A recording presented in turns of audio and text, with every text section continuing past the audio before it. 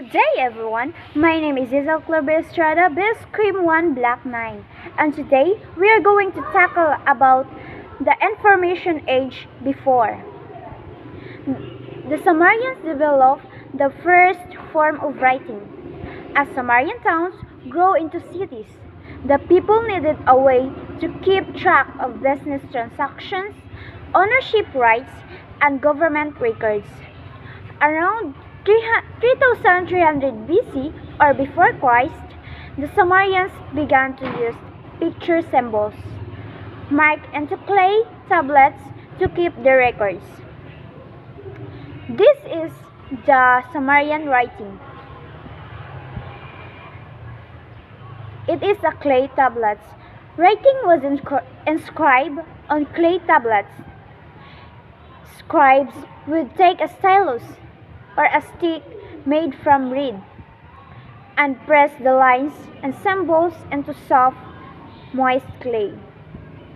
Once they were done, they would let the clay harden and they had a permanent record. Cuneiform, the initial writing of the Sumerians utilized simple pictures or pictograms. For example, a drawing of a person dead. A person head meant the word head. Over time, however, the writing of the Sumerians further developed to include sounds and meanings. Scribes would use the stylus to make wedge shape mark in the clay. This type of writing called cuneiform writing, which means wedge shaped. I'm originally P. Aurelio. This is the continuation of Information Age before. Interesting facts about Sumerian writing. People signs items with personal sales made of stone, metal, or wood. Later, Mesopotamian civilization such as, a, as the Assyrian and the Babylonians used Sumerian writing. Cuneiform writing was around for 1,000 of years until it was replaced by the Phoenician alphabet near the end of the new Assyrian Empire. Hieroglyphics was invented in ancient Egypt about the same time as cuneiform of Mesopotamia, but scientists believe that cuneiform came first. As far as archaeologists can tell, the Sumerian language is not related to any other language on earth. Cuneiform refers to the way a language is written, not necessarily a particular language. It was initially used in Mesopotamia to write Sumerian, but later was used for Akkadian, which is Sumerians. The Babylonians and Assyrians all spoke. Hello ma'am, my name is Elvitia Draki, BS Criminology, first year Black 9. So today, this is the information of age after. In 1800, as a part of an act of Congress providing for the removal of the new national government from Philadelphia to Washington, President John Adams approved an act of Congress providing the $5 for books for the use of Congress. A joint congressional committee, the first joint committee, would furnish oversight. In 1802, President Thomas Jefferson approved a legislative compromise that made the job of Librarian of Congress a presidential appointment, giving the Library of Congress a unique relationship with the American presidency. Jefferson named the first two librarians of Congress, each of whom also served as the clerk of the House and Representatives. From today's perspective, it is obvious that the library plays important legislative, national, and international roles.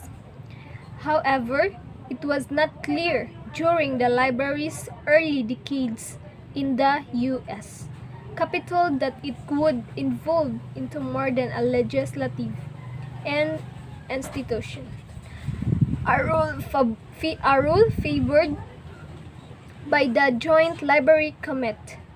Moreover, it was plagued by fire, space shortage, understanding, and the lack of an annual appropriation. Although it made popular literature available to the general public, the library's primary purpose was to serve Congress. The situation changed dramatically after the Civil War as the country settled down. The economy expanded, both the federal government and the city of Washington grew rapidly.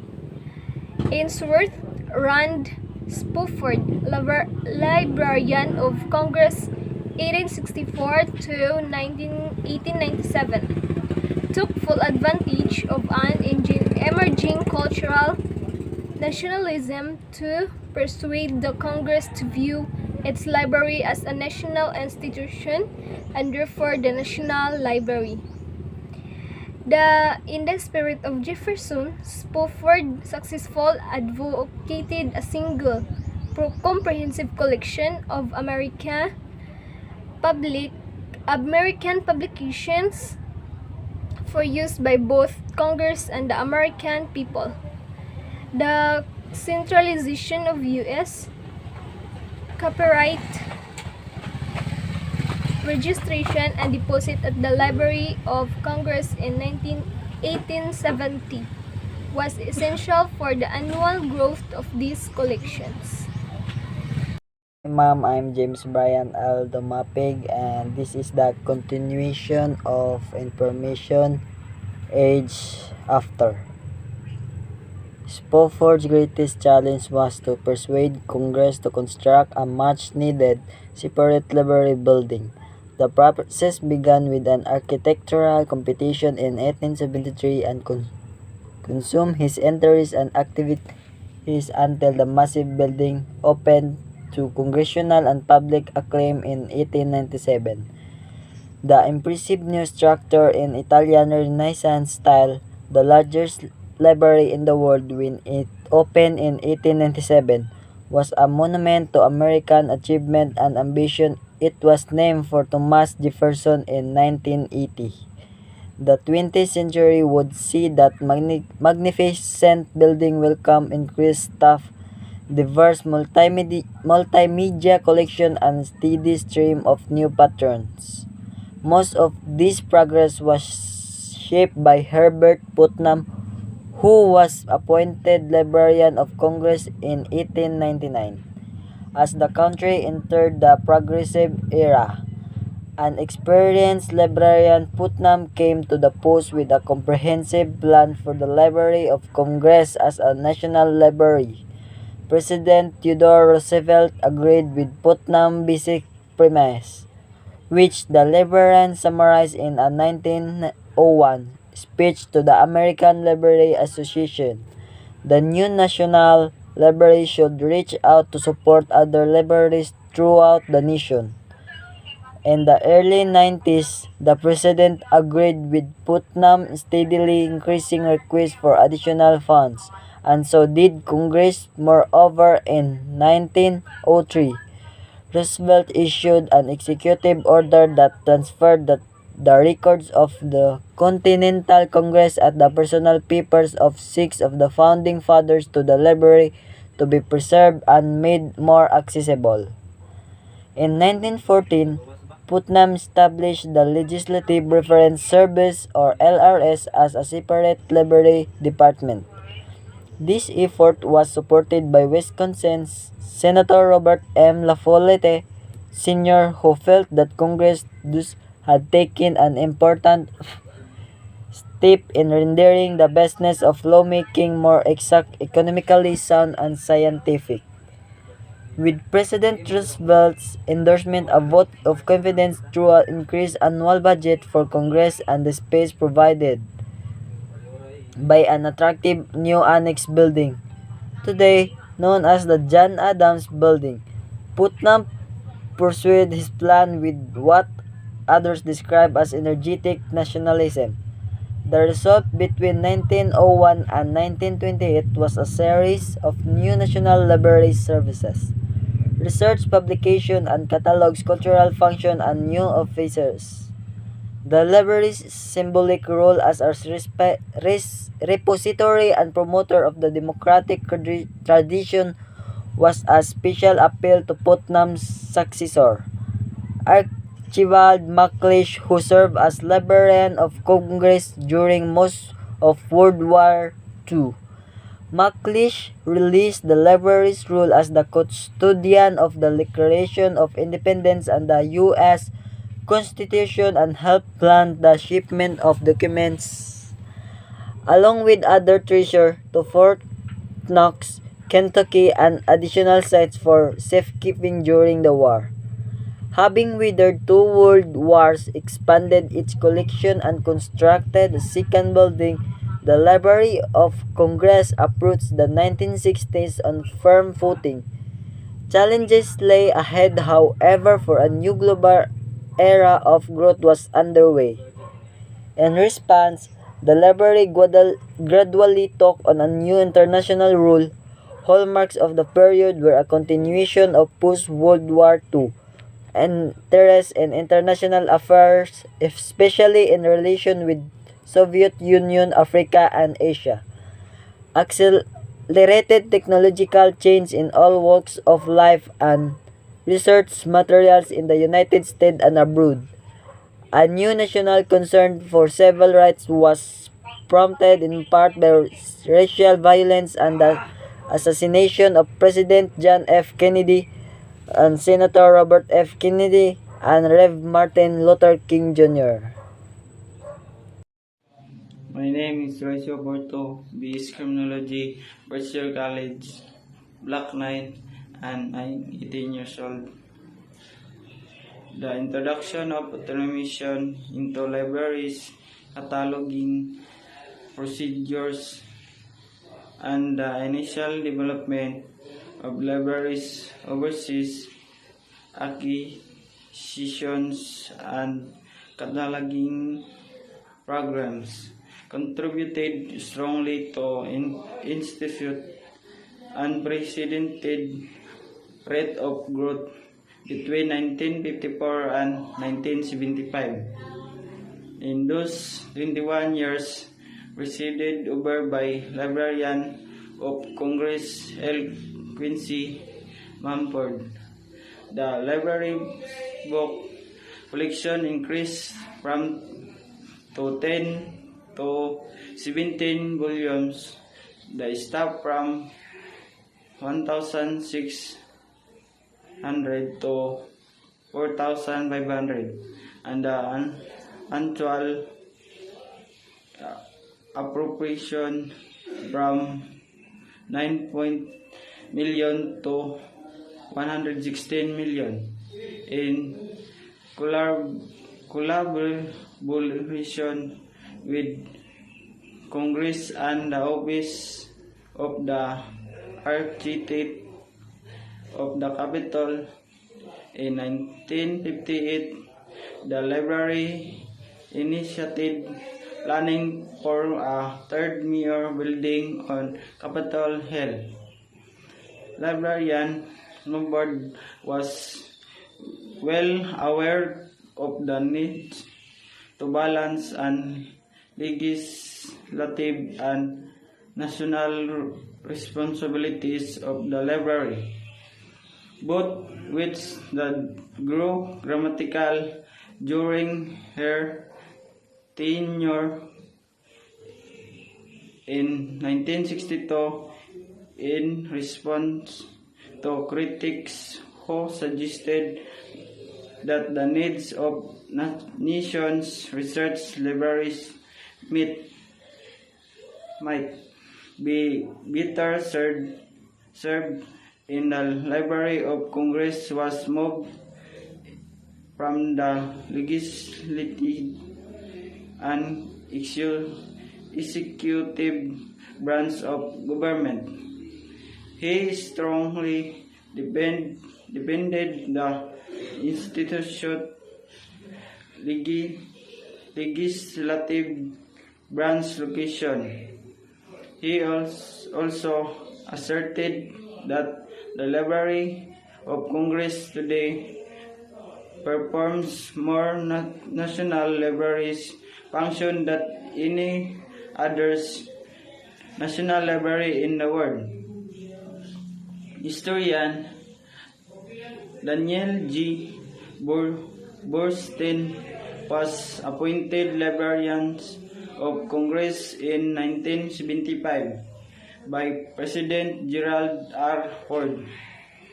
Greater public visibility for the institution was one of his primary objectives.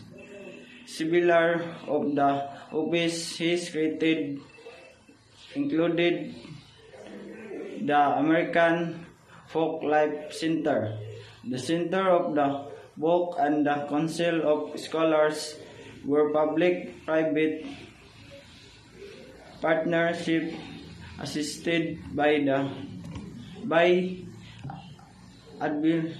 advisory boards and private funding. In 1980, he presided over the opening of the James Madison Memorial Building. In 1984, he obtained a mayor appropriation for the multi-year restoration and modernization of the Jefferson and Adams Building. Key activities: expanding the library function at all levels benefited from the leadership of Librarian of Congress James H. Billington in 1990s and the first decade of the 21st century. This included the development of national digital library and the John W. Kludge Center of Scholars and the opening of National Audio Visual Center on the library's new Packard campus in Culpeper, Virginia.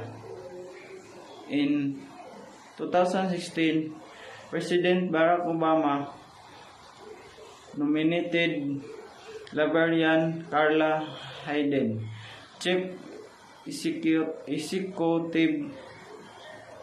Officers of the Enoch Pratt Free Library in Baltimore, Maryland, to be the 14th Librarian of Congress, the first human and African American to serve as librarian. She inherited a unique global institution widely known from its free, non-partisan serve to Congress, librarians, scholars, and the public in United States and around the world. British chemist Humphrey Davy is credited in inventing inventing the arc lamp in 1809. He connected two wires to a battery and used charcoal strips and electrodes. It created a sufficiently instant light and illumination